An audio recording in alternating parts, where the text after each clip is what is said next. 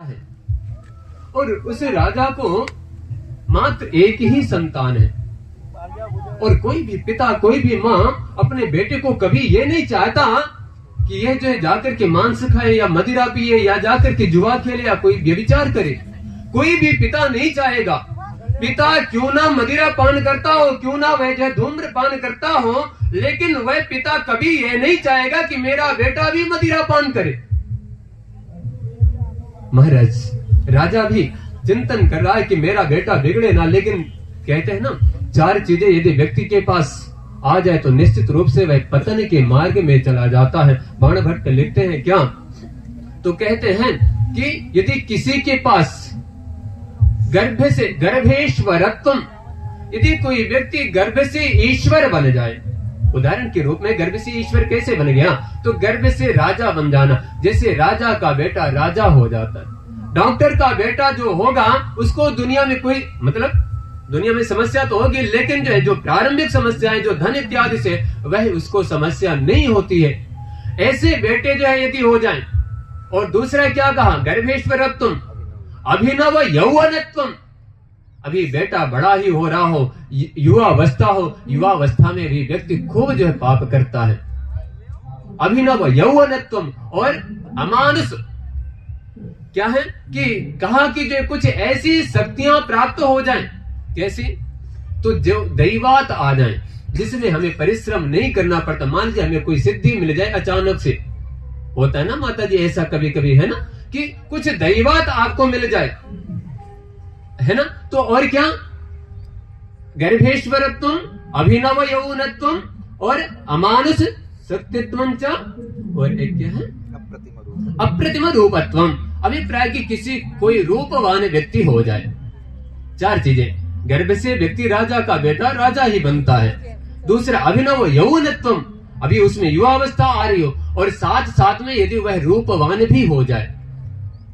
और फिर क्या कहा, तो जो है दैवात, यदि उसको कोई शक्ति या कुछ ऐसा मिल जाए तो निश्चित रूप से ऐसा व्यक्ति, इनमें से कोई एक भी तत्व यदि उसके पास है तो वह जो है क्या है, आपको उस पथिक को जो है पथ भ्रष्ट कर सकता है। और कदाचित यदि ये चारों चीजें आ जाए तो निश्चित रूप से वह तो पथ भ्रष्ट हो ही सकता है। तो कहा कि इससे बचने के लिए कहा कि ये जो चार चीजें जो अधर्म के मार्ग है, द्योतम पानम स्त्रिया सोनम, इससे व्यक्ति को बचना चाहिए। तो राजा का जो बेटा है वह तो राजा का बेटा राजा ही बनने वाला है। और क्या, तो अभिनव यौवनत्व भी है, अभी वह जो धीरे धीरे करके बड़ा ही हो रहा है, और राजा का बेटा है, रूपवान भी है, और उसको पढ़ाने वाले शिक्षा देने वाले भी फ्री में भी लोग मिल जाते हैं, बहुत सारे अच्छे अच्छे विद्वान मिल जाते हैं। तो वह बेटा बिगड़ने लग गया, और जब बिगड़ने लग गया तो राजा को बड़ी चिंता होती, और राजा ने कहा कि जो भी मेरे बेटे को जो है पथ भ्रष्ट होने से बचा लेगा, मैं उसको जो आधा राज्य दे दूंगा। लेकिन अच्छे अच्छे विद्वान गए और किसी ने अपना प्रभाव नहीं डाला। राजा को लगा कि मुझे ही कुछ करना होगा। किसी संत ने बताया कि राजन, इसे ऐसे नहीं समझाया जा सकता, यदि आप चाहें तो आप अपने बेटे को अपने से परिवर्तन कर सकते हैं। उन्होंने संत जी ने बता दिया कि वह क्या करना है, और उस प्रक्रिया को राजा ने अपनाया। वो प्रक्रिया क्या, मैं आपको बताता हूं। राजा ने कहा, बेटा मुझे मात्र 4 दिन तुम अपने दे दो। क्या है, मुझे मात्र अपने 4 दिन दे दो, उसके इतर मैं कभी तुमसे नहीं कहूंगा कि बेटा तुम जो है मुझे समय दो, या तुम जुआ मत खेलो, या कुछ भी, मैं तुम्हें कभी भी मना किसी भी कार्य के लिए नहीं करूंगा। बेटे को लगा ये तो अच्छा ऑफर मिला, क्यों ना मैं पिताजी को 4 दिन दे ही दूं, और इसके बाद तो पिताजी मुझे कुछ कहेंगे नहीं, मना भी नहीं करेंगे। आज राजा जो है क्या किया कि जो है मंदिर लेकर के गया अपने बेटे को। मंदिर के बाहर आपने देखा होगा भिखारी बैठे रहते हैं, और एक भिखारी उसमें ऐसा है कि जो है वो भी चक्रवर्ती कभी राजा हुआ था, और वह मंदिर के बाहर बैठ करके आज भीख मांग रहा है। कारण क्या था, वो जुआ खेलता था, और जुआ में वह अपना सारा धन हार गया था। आज उसके हाथ में कटोरा है। राजा जब अपने बेटे को लेकर के गया, उसने कहा, बेटा मंदिर नहीं चलना, दर्शन नहीं करना, मैं तुमसे सिर्फ इतना कहता हूं कि ये जो भिखारी बैठा है, तुम जाकर के इससे पूछ कर क्या ये है कौन। और जब राजा का बेटा उससे पूछने लगा कि हे महात्मन आप है कौन, वो चिड़चिड़ापन आता है ना, वो तेजी से झल्ला करके बोला कि आपको क्या करना है। आइए बैठेंगे। फिर भी वो निवेदन किया कि नहीं पिताजी की आज्ञा, मैं जानना चाहता हूं आप हैं कौन। उसने अंतिम में बताया कि मैं सम्राट था, मैं राजा था और मैंने जुआ खेला है, आज मेरे हाथ में कटोरा है, करूं क्या। उसे बेटे को लगा अरे मैं जुआ खेलूंगा तो क्या मुझे भी ये राज्यपाट हारना होगा, क्या मेरे भी हाथ में कटोरा हो सकता है। राजा का बेटा आज से ही संकल्प ले लिया कि मैं जीवन में कभी भी जो है क्या है जुआ नहीं खेलूंगा। और दूसरा महाराज फिर क्या होता है, पहला दिन बीता, दूसरे दिन राजा ने कहा बेटा आज तुम शाम में मेरे साथ चलो, रात्रि में जब वही 8 के बाद का जो समय है। राजा का बेटा लेकर के गया और मदिरालय के पास चला गया। आज तो हम लोग देखते हैं ना माता जी, मदिरालय के पास कितनी भीड़ लगी होती है, खूब लाइनें लगी होती हैं। और जब मदिरालय के पास लेकर के गया तो वहां पर न जाने कितने पड़े हैं, बड़े से बड़े अमीर से अमीर लोग वहां जाकर के पड़े हैं, कोई नाली के पास में पड़ा है। और तो और माता जी, ये जब लोग पी लेते हैं ना और इनको होश तो रहता नहीं, कितना अमीर आदमी उसको जो एक राहगीर चलता हुआ व्यक्ति पैर से मार देता है, कोई घसीट करके उसको किनारे में डाल देता है। और तो और माता जी, इनके साथ कुत्ते भी बड़ा बेरहम करते हैं। आपने देखा होगा कई ऐसे वीडियो भी आते हैं। कहने का मतलब जो भी मदिरा का पान करता है निश्चित रूप से उसे समझ लेना चाहिए कि उसके साथ क्या व्यवहार होता होगा इस जगत में। उसने देखा कि राजा के समान ही एक चक्रवर्ती मदिरा पीकर के वहीं पड़ा, लोग आ रहे उसे कहीं जूते से, चप्पल से, पैर से मार दे रहे। राजा के बेटे को लगा हाँ मैं यदि मदिरा पीता हूं तो क्या मेरे साथ भी यही होता होगा, होता ही होगा। उसने आज से ये प्रण कर लिया कि मैं कभी मदिरा का पान नहीं करूंगा। और तीसरा माता जी, जब देखा राजा ने तीसरे दिन लेकर के गया कहां, वैश्यालय पे। क्षमा चाहूंगा माता जी आप लोगों से। तो वैसे ये जो परंपरा भारतवर्ष की नहीं है, ये पाश्चात्य है। मेरे भारतवर्ष की तो जो है देवियां हैं, कन्याएं, माताएं, लेकिन फिर भी अतिक्रमण तो होता है, मर्यादाओं का अतिक्रमण होता है। तो मेरे भारतवर्ष में भी कुछ अतिक्रमण हुआ है। वो कैसे, तो जो है राजा को आपने देखा होगा कि न जाने कैसे कैसे रूप अपना यौवन बना करके आते हैं और जो है क्या है आप वो सभी अच्छे से जानते हैं। राजा जो है वैश्यालय में 2 बजे के बाद लेकर के जाता है अपने बेटे को। और 2 बजे के बाद आप सभी जानते हैं कि जब वह मुख से वह जो पेस्ट उतर जाता है तो फिर क्या जो रूप रह जाता है। महाराज बेटे को लगा कि ये ठीक नहीं है, क्या मुझे इन्हीं स्त्रियों के साथ रहना है। नहीं, उसी दिन से वो भी प्रण कर लेता है कि मैं कभी भी वैश्यागमन नहीं करूंगा। और चौथा फिर महाराज सोनम, मांस खाते ना, मांस में हम देखते हैं कि छोटे छोटे जीव, मछली को हम पकड़ते हैं और उसको कैसे काट देते, वो बेचारी तड़पती रह जाती है। छोटे छोटे जीव हैं, उनको लोग कैसे मार देते हैं। बकरी है, भैंसा है, उसको मार करके उसका गला उतार देते हैं। अरे भाई यदि खाना है तो कभी अपने बेटे का गला उतार करके खा जाओ ना, समझ में आएगा कि मांस क्या होता है। खाना है तो कभी अपने उंगली को काट करके थोड़ी सी चख करके देखो, समझ में आएगा कि मांस क्या होता है। ईश्वर ने उनको भी बनाया है, ईश्वर उनको भोजन दे रहा है। क्या कभी हम किसी सर्प को, कभी जो है किसी बकरी को, भैंसे को जो है कभी भी कोई दाना दिए हैं क्या। जब हम किसी को जीवन नहीं दे सकते हैं तो उसकी हत्या कैसे कर सकते हैं। और यदि करना है तो आपने अपने बच्चे को जन्म दिया, अपने बच्चे की हत्या करके क्यों नहीं खा जाते। या आपका अधिकार अपने आप पर है तो अपने आप को मार करके फिर खा जाओ ना, फिर जीवित रह जाओ ना। नहीं संभव है। इसलिए मेरी मां, बचना चाहिए, कभी भी मांस का भक्षण नहीं करना चाहिए। और तो और मैं बात कर रहा था कि 5वां जो महापातक है वह कैसा है। इनके साथ में, इन चारों के साथ में जो रहता है वह निश्चित रूप से महापातक होता है। वह सबसे बड़ा महापातक है। वह अपराध करे अथवा ना करे, इनके साथ में रहने वाला वह सबसे बड़ा महापातक हो जाता है। और तो और महाराज इतना नहीं ही नहीं, जब हम याज्ञवल्क्य की स्मृति की ओर जाते हैं तो इनको दंड क्या देना चाहिए, इस पर भी चिंतन किया गया। तो कहते हैं कि जो जुवाड़ी है उसको क्या दंड देना चाहिए, तो कहते हैं कि गर्म दूध करना चाहिए और इतना दूध गर्म कर देना चाहिए कि और फिर उसको पिलाना चाहिए और इतना पिलाना चाहिए कि जब तक मर ना जाए, प्राण ना चले जाए, तब तक उसको पिलाना चाहिए। और ये जो दूसरे हैं मदिरा पीने वाले के लिए कहा कि घी गर्म करना चाहिए और इतना गर्म घी करना चाहिए और फिर उसको पिलाना चाहिए जब तक कि मृत्यु ना हो जाए। तीसरे जो वैश्यागमन करते हैं उनके लिए कहा गया कि एक जो क्या है, लोहे की स्त्री बनाना चाहिए बड़ी सी और उसके अंदर उसको डाल देना चाहिए, नीचे आग लगा देनी चाहिए और तब तक आग लगी रहनी चाहिए जब तक कि उसके प्राण न चले जाए। ये जो है इस प्रकार का हमारे यहाँ दंड विधान भी है। अस्तु, तो मैं आपसे बात कर रहा था, इसलिए हमें अपने जो है, अच्छा माता जी, आज से पहले के लोग जो कभी भी ऐसा नहीं करते रहे। आपने नहीं देखा होगा कि बहुत पुराने लोग कभी मदिरा पीते हैं, जुआ खेलते हैं या कुछ ऐसा। कुछ अपवाद मिलेंगे, ऐसा भी नहीं है, लेकिन आज की जो हमारी पीढ़ी है ना माता जी, वो कुछ ज्यादा ही बिगड़ रही है। और तो और यदि नहीं कुछ है तो मदिरा तो उसको पीना ही पीना है, वो एक फैशन सा बनता जा रहा है। नहीं, कदापि ऐसा नहीं करना चाहिए। और उसका परिणाम आज ये है कि सबसे ज्यादा अनाथालय आज खुल रहे हैं, वृद्धाश्रम खुल रहे हैं। उसका कारण कहीं ना कहीं यही है।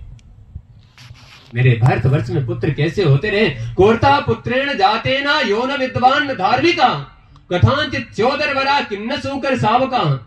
शास्त्रों ने कहा ऐसे पुत्र से भला क्या लाभ जो ना तो धार्मिक हो और ना ही विद्वान हो। यदि पुत्र धार्मिक नहीं है, विद्वान नहीं है, तो वह पुत्र नहीं है। ऐसे पुत्र से कोई लाभ नहीं है, वह मर भी जाए तो ही ठीक है। शास्त्रकारों ने कहा कि यदि कोई भी माता पिता, 3 प्रकार के पुत्रों का जिक्र किया, कहा कि जो 2 प्रकार के जो पुत्र होते हैं उनमें जो पीड़ा होती है वह माता सहन कर लेते, माता पिता सहन कर लेते हैं, लेकिन जो तीसरे प्रकार का पुत्र है उसका कष्ट कोई भी माँ सहन नहीं कर पाती। वह क्या बताया, तो कहा कि यदि किसी माँ को पुत्र पैदा ही ना हो तो भी यह पीड़ा एक बार सहन हो जाती है, उसको हर माता पिता किसी प्रकार से सहन कर लेगा। और दूसरा, यदि पुत्र पैदा होकर के मर जाए तो भी माता पिता उस कष्ट को सहन कर लेते हैं, लेकिन यदि कदाचित मूर्ख पुत्र पैदा हो जाए तो कोई भी माता पिता उसको सहन नहीं कर पाता। एक चंद्र तमो हंति न च तारा गणापि च। ईश्वर करे एक ही पुत्र दे, लेकिन अच्छा पुत्र दे, वह धार्मिक हो, योग्य हो, श्रेष्ठ हो, तो निश्चित रूप से वह श्रेष्ठ है। और यदि बहुत सारे पुत्र हैं लेकिन वह जो है धार्मिक नहीं है, विद्वान नहीं है, तो किसी मतलब के नहीं है। एक छोटा सा प्रसंग दे करके फिर संपन्न करते हैं माता जी। आज का समय ही हमारी पीढ़ी के लोग, 2 पुत्र हैं माता पिता को, और माता पिताजी आर्मी में हैं, माँ जो है अपना गृहस्थी देखते हैं, घर चलाते हैं। पिता ने पूरी सैलरी पूरा जितना उन्होंने आज तक कमाया है उनके पढ़ाई में खर्च कर दिया, उनके जीवन पे लगा दिया बेटों के। आर्मी वालों के पास खर्च क्या होता है, स्वयं का कोई खर्च होता नहीं, जो भी होता है उनको तो सरकार देती है। तो उन्होंने जितना भी धन कमाया वो सारे का सारा पुत्रों पर लगा दिया और पुत्र जो जाकर के विदेश में पढ़ने लग गए। अब हुआ क्या, परिवार वहीं का हो गया, साथ ही विवाह भी हो गया। अब यहां जब पिताजी रिटायर हो गए, माता पिता साथ में रहने लग गए। एक दिन पिताजी की तबीयत बिगड़ी माता जी, और माँ ने फोन किया, बेटा तुम्हारे पिता की तबीयत बिगड़ गई है, हो सके तो आकर के थोड़ी दवा करवा दो ना। मैं बूढ़ी कहां जाऊंगी, किसका सहारा लूं। तो छोटे ने कहा कि पिताजी, माँ भैया को फोन कर लो ना। और भैया को जैसे फोन करते तो भैया कहता है छोटे वाले भैया को फोन करो ना। माँ का दिल टूट गया कि जिसको मैंने 9 महीने तो जो है गर्भ में रखा और 2 वर्ष तक या 3 वर्ष तक उसको सीने से चिपका करके रखा, उसके बाद मैं जो है गीले बिस्तर में सोई, न जाने कैसे कैसे इसका भरण पोषण करके आज इनको तैयार किया। पूरे जीवन का जो भी हमने कमाया था, जो धन था वह सब कुछ लगा दिया, आज इनके पास इतना भी समय नहीं है कि आकर के ये दवा करवा दे। महाराज, माँ ने फोन नहीं किया। इधर अब जो पिताजी की और तबीयत बिगड़ी और जो है अंतिम में हुआ क्या, तो पिताजी का स्वर्गवास हो गया। फिर किसी ने फोन कर दिया कि भैया तुम्हारे पिताजी अब रहे नहीं, आकर के कम से कम इनकी अस्थि तो प्रवाहित करवा दो। और मां, होता क्या है कि आपस में दोनों भाई बात करते हैं, तो छोटा कहता है कि भैया अभी पिताजी मरे तो आप चले जाओ, और जब पिताजी मरेंगे, जब मां मरेगी तो मैं चला जाऊंगा। चिंतन करिएगा, एक माता पिता के जीवन में इससे बड़ा और कष्ट क्या हो सकता है। कोई अस्थि प्रवाहित करने वाला भी नहीं है, और जीवन उन्होंने उसी के लिए समर्पित कर दिया, उन्हीं पुत्रों के लिए। और हुआ क्या कि आया भी, बड़ा बेटा आया। मां ने कहा बेटा अच्छा हुआ चलो तुम आ गए, तुम्हारे पिताजी की बड़ी इच्छा थी, धार्मिक प्रवृत्ति के वो लोग थे जो है, उनकी इच्छा थी कि मेरी हड्डियां जो रहेंगी, जो अस्थियां हैं, उनको गंगा जी में प्रवाहित कर देना। और मेरी मां, वो बेटा जो है अस्थियां इकट्ठा करके और जब प्रवाहित करने जाता है तो जो है घर से लगभग 10 किलोमीटर दूर पे गंगा जी है, और लगभग 4 से 5 किलोमीटर पहले जो है क्या है, एक नाला बहता है। किसी से पूछा भैया ये नाला कहां जाएगा, तो किसी ने कहा आगे जाकर के गंगा जी में मिल जाएगा। और उस बेटे को लगा कि 5 किलोमीटर आगे कौन जाएगा, ये नाला तो जा ही रहा है, आगे जाकर के गंगा जी में मिल ही जाना है। महाराज, उसने किया क्या कि वो अस्थियां वहीं लेकर के और जो उसी नाले में डाल दिया। चिंतन करिएगा कि जो धार्मिक प्रवृत्ति के लोग होते हैं ना माता जी, इस लोक से परलोक तक जो उनको वही स्मरण रहता, वही भगवत चिंतन चलता है। और पति पत्नी का प्रेम भी क्या होता है माता जी, ये तो आप सभी जानते हैं। वो जो पिताजी है वो आज आकर के अपनी पत्नी को, यानी कि उस बच्चे के मां को स्वप्न देते हैं कि हमने कैसे बेटे को जन्म दिया, धिक्कार है हमें। पत्नी चिल्ला करके उठे, आखिर हुआ क्या स्वामी, ऐसा क्यों कह रहे हैं, हमने ऐसे बेटों को जन्म दिया है। अरे 5 किलोमीटर दूर पे गंगा जी थी, जाकर के प्रवाहित नहीं कर सकता था, ये मुझे नाले में छोड़ के आ गया है। महाराज, मां को अब रात भर नींद नहीं आई। किसी भी मां को क्या नींद आएगी, दवा करवाने आया नहीं, मरणावस्था में भी नहीं आया, और अब जब अस्थि विसर्जन करना था तो वो भी गंगा जी तक नहीं जा सका। महाराज, लेकिन मां सोच रही कि यदि अभी जगा दूंगे तो ये बेटा पता नहीं क्या करेगा। जैसे तैसे करके 5 बजे प्रातः काल हुई और मां ने बताया, थोड़ी चिल्ला करके बोलती है ना मां, जैसे बोली क्या मां सुबह से तुम लग गई जो है, सोने भी नहीं देती। अरे दुष्ट, तू ना आता तो अच्छा था, मैं किसी से प्रवाहित करवा देती, गंगा जी भेज देती, लेकिन तू आकर के तो अपने पिता को नरक में डाल करके चला गया। तो बेटा भी उठ करके बैठा, मैंने किया क्या ऐसा। जैसे उसने प्रश्न किया तो मां ने कहा कि तू अपने पिता को जो है नाले में छोड़ करके आ गया है, उनकी हड्डियां अस्थियां नाले में छोड़ के आया है। तो उसको लगा कि मां को आखिर बताया किसने आकर के, और जैसे उसको लगा तो उससे ने पूछा कि मां तुमसे किसने कह दिया, मैं तो गंगा जी में छोड़ करके आया हूं। महाराज, मां ने कहा किसी और ने नहीं मेरे से कहा है, तुम्हारे पिता ने ही आकर के मेरे से कहा है कि मुझे नाले में छोड़ करके आ गया। पुत्र भी कितना दुष्ट था, उसने क्या उत्तर दिया, ऐसी दुष्टता भी कम ही देखने को मिलती है, इतना दुष्ट निकला। उसने कहा मां हमारे पिताजी भी कितने जो है कैसे हैं, अरे 4 किलोमीटर आकर के तुम्हें स्वप्न में बता सकते हैं, आगे जाकर के गंगा जी में स्वयं नहीं मिल सकते हैं, स्वयं चले जाते वहां जाकर के मिल जाते जब इतना तपोबल है। होता है ना माता जी, लेकिन ये दुष्टता है, क्रूरता है। मेरे भारतवर्ष के लोग कभी ऐसे नहीं कर सकते। जो भारतीय हैं, जो भारतवर्ष में जन्मे हैं, निश्चित रूप से वो अपने माता पिता के प्रति कृतज्ञ होते हैं, कृतज्ञ और कृतज्ञ। दो शब्द हैं और बहुत अंतर नहीं माता जी। कुछ लोग कृतज्ञ हो जाते हैं और कुछ कृतज्ञ हो जाते हैं। जो माता पिता की सेवा करते हैं वो कृतज्ञ हैं, और जो माता पिता से दूर जाते हैं, माता पिता की सेवा से जो बचते हैं, निश्चित रूप से उनको कृतज्ञ ही समझना चाहिए। अस्तु, माता जी विराम दें। बोले बाबा विश्वनाथ की जय।